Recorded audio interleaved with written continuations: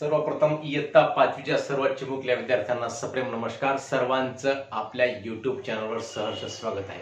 तर विद्यार्थी मित्रांनो, स्कॉलरशिपचे जे आपण गणित शिकत आहोत त्यामध्ये सराव संच 2.5 हा अतिशय महत्त्वपूर्ण आहे. हा आपल्या भविष्यातल्या गणिताच्या दृष्टिकोनातून सुद्धा खूप महत्त्वपूर्ण आहे. आपण जे गणित शिकत आहोत स्कॉलरशिप मध्ये तर प्रत्येक भाग महत्त्वपूर्णच आहेच, पण हा सुद्धा तेवढाच महत्त्वपूर्ण आहे. पुढील गणितामध्ये पुढील जेव्हा आपल्याला कोणत्याही परीक्षा असतील, 10वी पर्यंतचा भाग असेल किंवा विविध स्पर्धा परीक्षा असतील, यामध्ये पदावली नावाचा एक भाग असतो. पदावली सोडवणे म्हणजे काय, पदावली सोडवताना काय काळजी घ्यावी लागते, हा भाग आपल्याला या सराव संचामध्ये शिकायचा आहे. तर कोणतीही पदावली म्हणजे काय, एखाद्या गणितामध्ये 3 किंवा जास्त 2 किंवा जास्त क्रिया जेव्हा असतात तेव्हा त्याला म्हणतात पदावली. समजा 4 अधिक 5 वजा 2 याच्यामध्ये 2 क्रिया झाल्या, म्हणजे अशा प्रकारे 2, 3, 4 जेव्हा क्रिया एकाच गणितामध्ये करायच्या असतात तेव्हा त्याला म्हणतात पदावली. मग हे कसं सोडवायचं, या दोघांची बेरीज करायची. 4 अधिक 5 9 वजा 2 बरोबर आहे 7. मग अशा प्रकारे म्हणजे अगोदर कोणत्या क्रमाने क्रिया करायच्या तर त्याचा आपल्याला या ठिकाणी अभ्यास करायचा आहे. तर तुम्हाला कोणत्या क्रमाने क्रिया करायच्या यासाठी एक सूत्र आहे, ते सूत्र लक्षामध्ये ठेवायचं. कंचे भागुबेव हे सूत्र आहे. म्हणजे कंचे भागुबेव म्हणजे कंसामधल्या क्रिया, कंसाच्या क्रिया पहिल्या करायच्या. म्हणजे दिलेल्या पदावलीमध्ये कंस असेल तर कंसावर सोडवायचं. त्यानंतर भागाकार आणि गुणाकार, भागाकार आणि गुणाकार हे लक्षामध्ये ठेवा मित्रांनो. इथं जरी भागुबेव जरी असं दिलं असेल तरी भागाकार आणि गुणाकार यापैकी जी क्रिया अगोदर गणितामध्ये दिलेली आहे ते अगोदर करायची असते. आणि बेरीज आणि वजाबाकी या 2 क्रियामध्ये सुद्धा जी क्रिया अगोदर दिलेली आहे गणितामध्ये डावीकडून, अगोदर म्हणजे डावीकडून, समजा असं आहे 5 वजा 2 अधिक 1 असं आहे. तर काय करणार तुम्ही, याच्यामध्ये अगोदर इथं कंचे भागुबेव मध्ये आधी बेरीज सांगितली बाबा, मग बेरीज केली 5 वजा 2 आणि 3 बरोबर 2. तर हे उत्तर चुकीचं होते. याचं उत्तर आहे 5 वजा 2 अधिक 1 बरोबर आहे 5 मधून 2 गेले 3 अधिक 1 बरोबर 4. हे उत्तर याचं राईट आहे. म्हणजे काय, लक्षामध्ये ठेवा, डावीकडून आपण गणित करत जाताना बेरीज आणि वजाबाकी पैकी कोणतीही जरी क्रिया अगोदर असेल, बेरीज अगोदर असेल तर बेरीज अगोदर करायची, वजाबाकी अगोदर असेल तर वजाबाकी अगोदर करायची. त्याचप्रमाणे गुणाकार अगोदर असेल तर गुणाकार अगोदर करायचा, भागाकार अगोदर असेल तर भागाकार अगोदर करायचा. परंतु भागाकार व गुणाकार यापैकी समजा 4 अधिक 6 भागिले 3 असं आहे. इथं बेरीज अगोदर आहे आणि भागाकार नंतर आहे, परंतु भागाकार आणि गुणाकार या क्रिया अगोदर करायच्या बेरीज आणि वजाबाकीपेक्षा. 4 ला 4 लिहायचं, अधिकला अधिक, 6 ला 3 ने भागल्यानंतर 2 येतात, म्हणजे 4 आणि 2 6 होतात. जर आपण याचं हे बरोबर आहे आणि याचं जर आपण असं केलं 4 आणि 6 10 भागिले 3 तर ह्याचं उत्तर चुकून जाते, आपल्याला 3.33 येईल. अशा प्रकारचं आपल्याला करायचं नाही. आपण एक गोष्ट लक्षात ठेवायची, एक गोष्ट लक्षामध्ये ठेवा, मी सांगतो ते एक वाक्य. गुणाकार व भागाकार हे 2 मोठे भाऊ आहेत. समजा गुणाकार व भागाकार हे 2 मोठे भाऊ आहेत आणि बेरीज आणि वजाबाकी हे 2 लहान भाऊ आहेत. मोठ्या भावांना अगोदर सन्मान द्यायचा, मान द्यायचा, त्यांच्या क्रिया अगोदर करायच्या आणि नंतर बेरीज आणि वजाबाकी ह्या 2 लहान जे भाऊ आहेत त्यांच्या क्रिया नंतर करायच्या. म्हणजे आपलं गणित चुकणार नाही आणि हेच अपेक्षित आहे.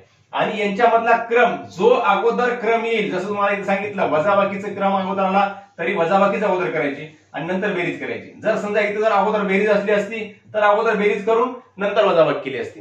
त्याचप्रमाणे गुणाकार भागाकारामध्ये सुद्धा जर अगोदर वजाबाकी गुणाकार असेल तर गुणाकार करायचा आणि अगोदर भागाकार असेल तर भागाकार करायचा. 18 गुणिले 2 भागिले 4 असं आहे. 18 दोन्ही किती मग आता 36 भागिले 4 बरोबर 9. आणि गणित असं आहे दुसरं 4 भागिले 2 गुणिले 3. मग 4 ला 2 न भागायचं, इथं गुणाकार अगोदर करायचं नाही, 2 येते, 2 गुणिले 3 बरोबर 6. म्हणजे इथं गुणाकाराची क्रिया अगोदर दिली होती, भागाकाराची नंतर दिली होती, तर अगोदर काय करून घेतला आपण, गुणाकार करून घेतला आणि नंतर भागाकार केला. इथं भागाकाराची क्रिया अगोदर दिलेली आहे, गुणाकार नंतर दिलेला आहे, मग इथं अगोदर काय केलं, भागाकार केला आणि नंतर गुणाकार केला. ही बाब लक्षामध्ये ठेवा. आणि जर कंस असेल तर कंसाचं मात्र क्रिया, कंसामधल्या क्रिया सगळ्यात अगोदर सोडवायच्या. आपण कंसाची क्रिया येणाऱ्या गणितामध्ये बघूया. या उदाहरणामध्ये कंसाची क्रिया आलेली आहेच, त्या ठिकाणी आपण सोडवताना तुम्हाला त्याचं स्पष्टीकरण सांगूया.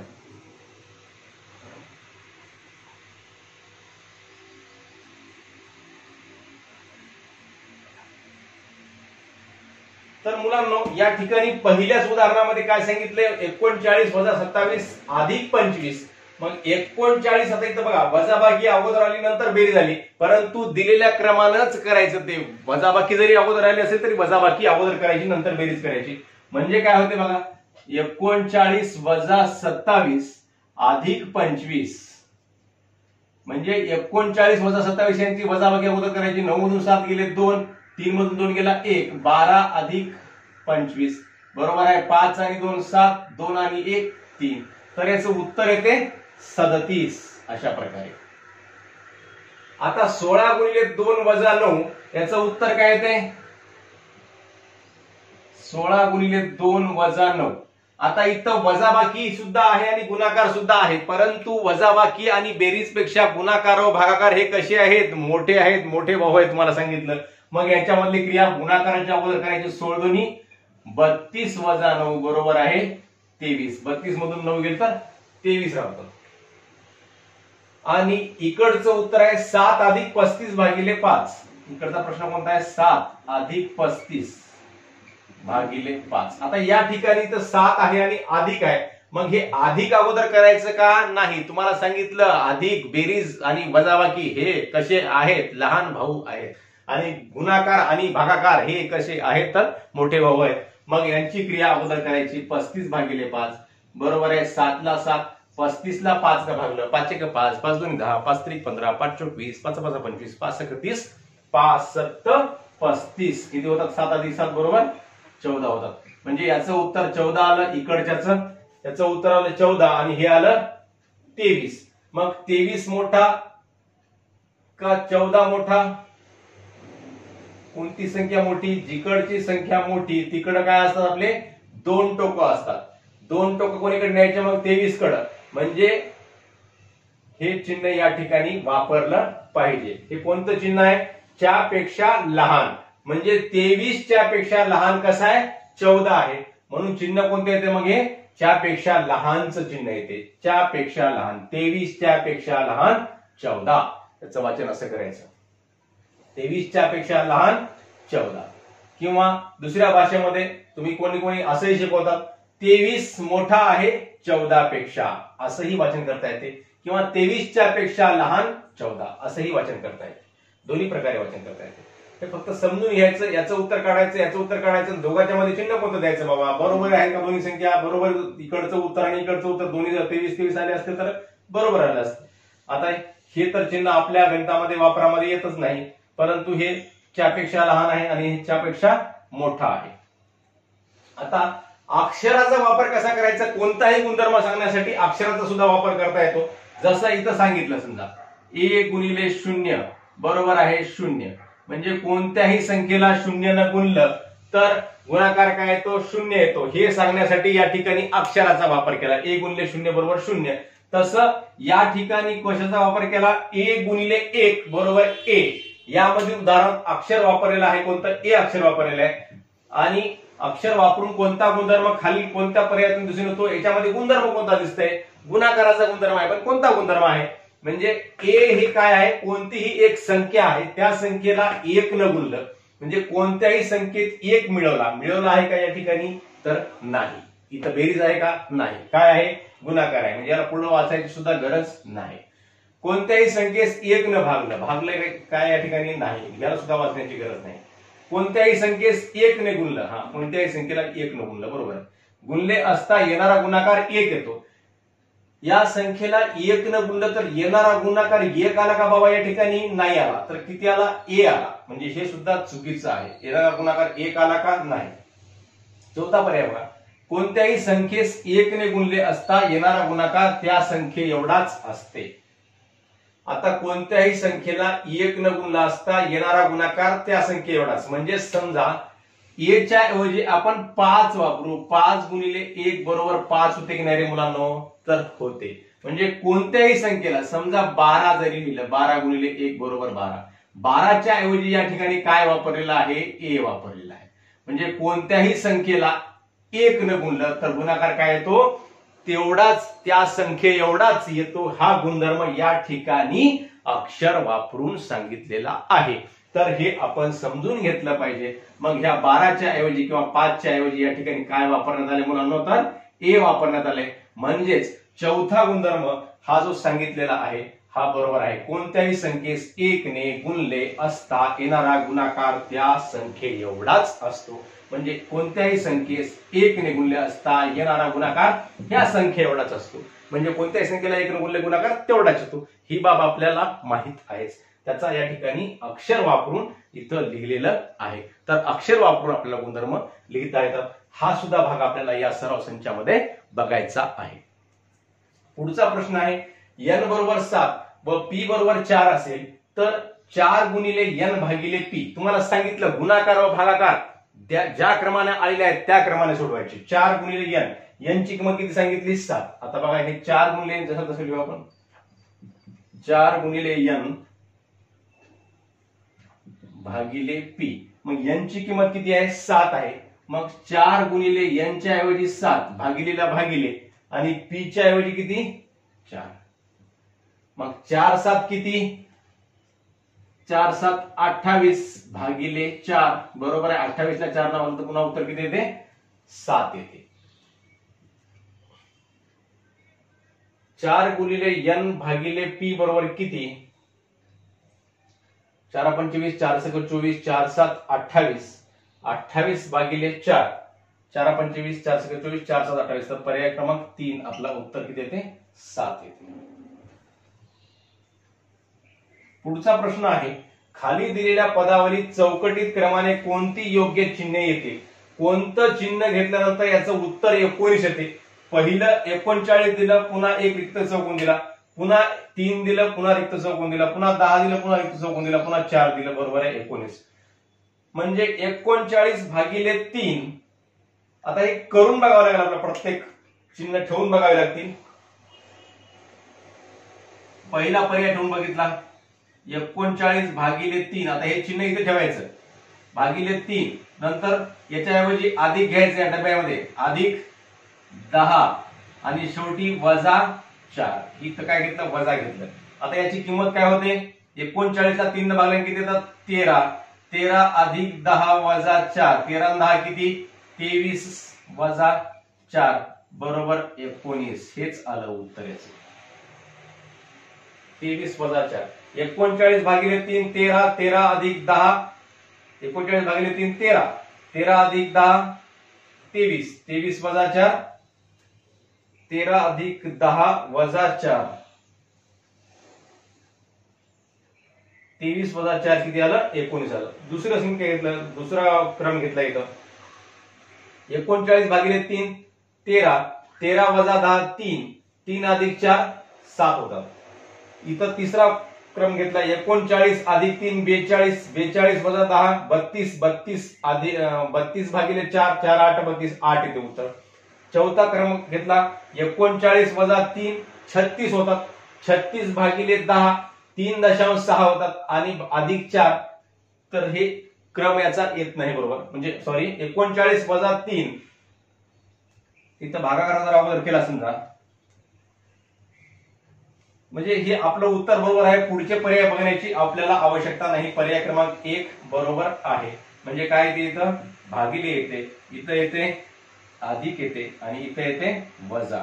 म्हणजे 39 भागिले 3 येतात 13 अधिक 10 23 वजा 4 19. अशा प्रकारे पर्याय क्रमांक 1 आपला बरोबर आहे. पुढचे गणित लगेच बघूयात.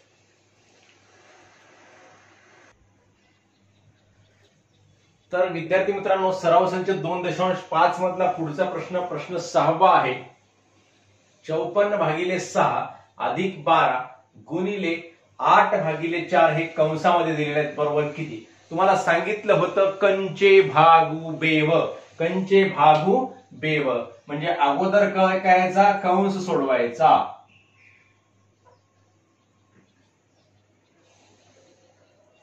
म्हणजे कंसातल्या क्रिया अगोदर करायच्या. तर याच्यामध्ये काय करावं लागेल? आपण या ठिकाणी खाली गणित करूया. इथे थोडस मोठं गणित असल्यामुळे खाली करूयात.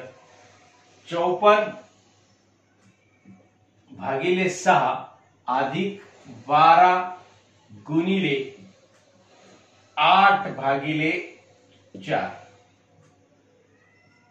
तर या कंसामधली क्रिया अगोदर करायची मुलांनो.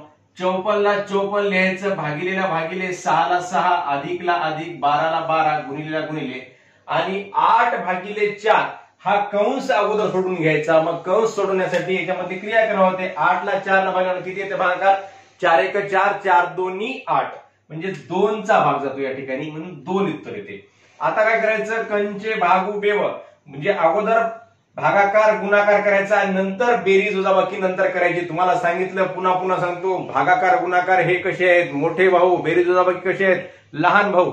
आणि भागाकार गुणाकारामध्ये जो ज्याचा क्रम अगोदर येतो त्याचा क्रम अगोदर करायचा आणि ज्याचा क्रम नंतर येतो तो नंतर करायचा. म्हणजे भागाकार अगोदर तर भागाकार अगोदर करायचा आणि गुणाकार अगोदर तर गुणाकार अगोदर करायचा. या ठिकाणी भागाकार अगोदर सांगितलेला आहे. मग आपण अगोदर भागाकार करू. 54 ला 6 न भागलं, 6 1 6, 6 2 12, 6 3 18, 6 4 24, 6 5 30, 6 7 36, 6 7 42, 6 8 48, 6 9 54, 9चा भाग जातो अधिक. आता इथं 12 गुणिले 2. आता इथं बरं या पायरीमध्ये 2 क्रिया करू नये, तुम्हाला समजणार नाही. 9 याचं उत्तर आलं 9, या 2 बद्दल उत्तर आलं 9 आणि हे 2 पुढचे जशाला तसे घेतले 12 गुणिले 2. आता या ठिकाणी 9 आणि 12ची बेरीज करायची का? तर नाही. इथं काय करायचं? अगोदर गुणाकार. कंचे भागू बेव भागाकार गुणाकारापैकी अगोदर जी क्रिया भागाकार किंवा गुणाकारापैकी अगोदर करायचं आणि बेरीज आणि वजाबाकी नंतर करायची. म्हणजे 9 ला 9 लिहायचे आणि 12 दोन्ही 24 ही क्रिया अगोदर करायची. 12 दोन्ही 24. मग उत्तर येते 24 आणि 9 किती? मग 33. तर अशा प्रकारे 33 हा आपल्या या ठिकाणी पर्याय आहे. ही क्रिया समजून घ्या. अशा प्रकारचे गणित आपल्याला करता आले पाहिजे. पुन्हा एकदा सांगतो, याच्यामध्ये कंचे भागू बेव या सूत्रानुसार अगोदर काय केलं? कंसातल्या क्रिया. कंचे म्हणजे काय? कंसाच्या क्रिया. कंसाच्या क्रिया आपण अगोदर केल्या तर काय होते? 8 ला 4 न भागल्यानं 2 उत्तर आलं. मग पुन्हा कंचे भागू बेव भागाकार आणि गुणाकार यापैकी जी क्रिया अगोदर आहे ती क्रिया अगोदर करायची. म्हणजे 54 ला 6 न भागायचं, 6 9 54, 9चा भाग देते. अधिक 12 गुणिले 2 झालं दुसरं लिहिलं. मग 9 आणि अधिक 12 हे अगोदर बेरीज करायची नाही, तर 12 आणि 2चा गुणाकार करायचा. 12 दोन्ही 24, 9 आणि 24 मग पुन्हा बेरीज किती येते? तर 33 येते. अशा प्रकारे आपण हे सोडवलेलं आहे. गटात न बसणारा पर्याय कोणता? आता हे प्रत्येकाचं या ठिकाणी उत्तर लिहिले, याच्यातलं उत्तर कोणतं चुकीचं आहे ते आपल्याला ओळखायचंय. पहिलं दिलं 7 अधिक 4 गुणिले 3. 7 अधिक 4 11 होते का? नाही. तर या ठिकाणी अगोदर काय करावा लागतो? गुणाकार. म्हणजे 4 2 8, 4 3 12. 12 आणि 7 किती होतात? 12 आणि 7 19 होतात. म्हणजे हे कसं आहे? बरोबर आहे. तुम्हाला हे तोंडी सुद्धा बघितल्याबरोबर करता आलं पाहिजे, तेवढा आपला सराव झाला पाहिजे मुलांनो. त्यासाठी मी तुम्हाला तोंडी सुद्धा कसं पटपट करायचं ते सांगत आहे. 27/3 किती होतात? या ठिकाणी भागाकार आहे आणि गुणाकार आहे. अगोदर काय करायचं? भागाकार. 27/3 किती होतात? 27 ला 3 भागले 3 9 27, 3 9 27, 9 येतात आणि 9 त्रिक किती? मग 27. हे सुद्धा कसं आहे? बरोबर आहे. आता इथं 16 अधिक 17 वजा 28 बेव. बेरीज अगोदर असेल तर बेरीज करायची, वजाबाकी अगोदर असेल तर वजाबाकी अगोदर करायची. आता बेरीज 16 अधिक 17ची बेरीज किती होते? 6 7 13 ला 3, 6 ला 1, 1 आणि 2 आणि 1 3 म्हणजे 33 होतात. 33 वजा 28, 33 मधून 28 गेलं तर 5. हे सुद्धा कसं आहे? बरोबर आहे. म्हणजे गटात हे बरोबर आहे, हे बरोबर आहे, हे बरोबर आहे. हे कदाचित चुकीचं असेल. बघूया. 16/16 किती होतात? 16 ला 16 न भागल्याने किती राहते? 1 राहते. आणि 1 ला जर 8 न गुणलं याचं उत्तर येते 1. आणि 1 ला 8 न गुणल्यानं 8 1 8 व्हायला पाहिजे. पण इथं किती सांगितलंय? 4 सांगितलं. म्हणजे हे कसं आहे? चूक आहे. गटात न बसणारा कोणता पर्याय आहे? पर्याय क्रमांक 4 आहे. 4 अधिक 5 गुणिले 0 काय होते बघा बरं. 4 अधिक 5 गुणिले 0 याची किंमत काढा. 5 गुणिले 0 ची किंमत किती होते? कोणत्याही संख्येला 0 न गुणले की गुणाकार काय येतो? 0च येतो. म्हणजेच 4 अधिक 0 येते. म्हणजेच आता उत्तर किती येते? 4. आता पुढचा इकडचा 28 भागिले 7 गुणिले 0 अधिक 4. 28 ला या ठिकाणी काय करायचं? अगोदर भागाकार करायचा, नंतर गुणाकार, नंतर बेरीज. 28 ला 7 न भागलं किती आलं? 4. 4 गुणिले 0 अधिक 4. कोणत्याही संख्येला 0 न गुणले काय येते? 0 येते. 0 अधिक 4 बरोबर किती? मग 4 उत्तर. म्हणजे इकडेही 4 उत्तर आलं आणि इकडे सुद्धा 4 उत्तर आलं. दोन्हीकडेही 4 4 उत्तर आलं. इकडे याची किंमत सुद्धा किती आली? 4 आली. आणि याची किंमत सुद्धा किती आली? सगळ्याची 4च आली. म्हणजे दोन्ही 4 कसे असतात? मग हे बरोबर असतात. म्हणजे बरोबरीचं चिन्ह या ठिकाणी पर्याय क्रमांक 3 लिहावा लागतो. टी अधिक 4 बरोबर 16. तर टी बरोबर किती? आता टी अधिक 4 एक गोष्ट लक्षामध्ये ठेवायची. तुम्हाला पूर्वीच्या व्हिडिओमध्ये सांगितलं होतं मी, अजून एकदा सांगतो. ही क्रिया महत्वपूर्ण आहे. याला समीकरण असं सुद्धा म्हणतात. समीकरण असते एक प्रकारचं. समीकरणाची ही डावी बाजू असते आणि ही उजवी बाजू असते. याची इकडली जेवढी किंमत असते तेवढीच उजवीकडली किंमत असते. डावीकडली किंमत आणि उजवीकडली किंमत जेव्हा समान असते, सारखी असते, तेव्हा त्याच्यामध्ये बरोबरीचे चिन्ह आलेलं असते. मग टी अधिक 4 ची किंमत 16 आहे. मग टी ची किंमत किती? मग याच्यासोबत कोणत्याही अंकासोबत, अक्षरासोबत इकडची जी क्रिया असते ती काय होत असते? बरोबरीच्या याला पलीकडे न्यायचं आणि याची क्रिया विरुद्ध करायची. म्हणजे 16 अधिक 4 चं पलीकडे जाऊन काय होते? -4.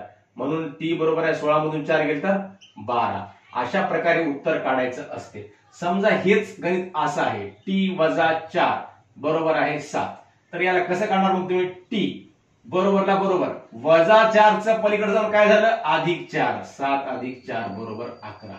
असं काढायचं असते. म्हणजे अधिक असेल तर पलीकडे जाऊन वजाबाकी, वजाबाकी असेल तर पलीकडे जाऊन अधिक, गुणाकार असेल तर पलीकडे जाऊन भागाकार आणि भागाकार असेल तर पलीकडे जाऊन गुणाकार. म्हणजे क्रिया बरोबरी चिन्हाच्या अलीकडची पलीकडे गेल्यानंतर काय होते? विरुद्ध क्रिया होते. त्याची क्रिया बदलते. त्याच्या विरुद्ध क्रिया होते. बेरजेची वजाबाकी, वजाबाकीची बेरीज, गुणाकाराचा भागाकार आणि भागाकाराचा गुणाकार. समजा असं आहे 4p बरोबर 20. म्हणून p बरोबर आहे गुणाकारातला 4 भागाकारामध्ये 20 भागिले 4. 4 पंचे 20. अशा प्रकारे. किंवा असं आहे 8 भागिले p बरोबर आहे 4. मग 8 भागिले p बरोबर 4. मग p बरोबर आहे भागाकाराचं p इकडे गुणाकारामध्ये आलं. मग 8 भागिले 4 इकडे येते बरोबर p. म्हणजेच 4 1 4 4 2 8. p ची किंमत किती आली? मग 2 आली. अशा प्रकारे भागाकाराचा गुणाकार, गुणाकाराचा भागाकार करायचा असते. किंवा यालाच आपण असंही लिहू शकतो, असंही समजून घेऊ शकतो. p भागिले 3 बरोबर 5. मग p बरोबर आहे भागाकाराचं 3 इकडे गुणाकारामध्ये, म्हणजे 5 गुणिले 3 बरोबर 15.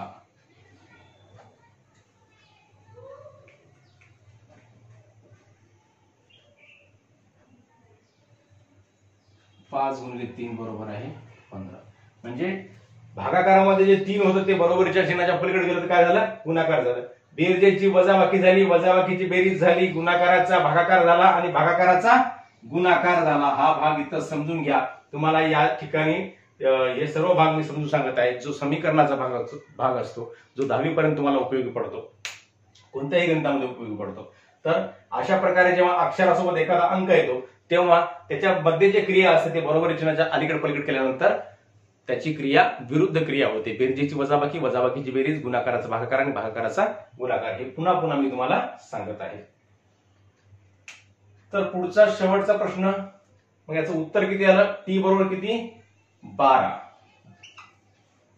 शेवटचा 8 गुणिले 3 भागिले 4 अधिक 8.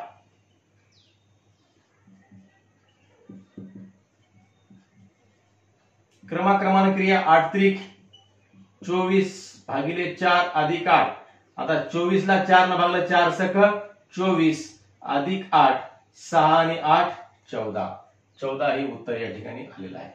दिलेल्या क्रमाने क्रिया आपण करत घेऊ. कसं गुणाकार भागाकार अगोदर केला आणि बेरीज वजाबाकी नंतर केली. याच्यामध्ये गुणाकार अगोदर दिल्याहून अगोदर केला आणि भागाकार नंतर दिल्याहून नंतर भागाकार केला. तर अशा प्रकारे ह्या आपण पदावली या ठिकाणी सोडवल्या आहेत, जो अतिशय महत्वपूर्ण भाग आहे. आपण हे पूर्ण 10 प्रश्न सोडवलेत. आपण अशा प्रकारच्याच विविध प्रश्नांचा सुद्धा अभ्यास करू शकता व पदावली हा भाग पक्का करू शकता. व हा व्हिडिओ आपल्याला आवडला तर आपल्या मित्रांना नातेवाईकांना शेअर सुद्धा करू शकता. धन्यवाद.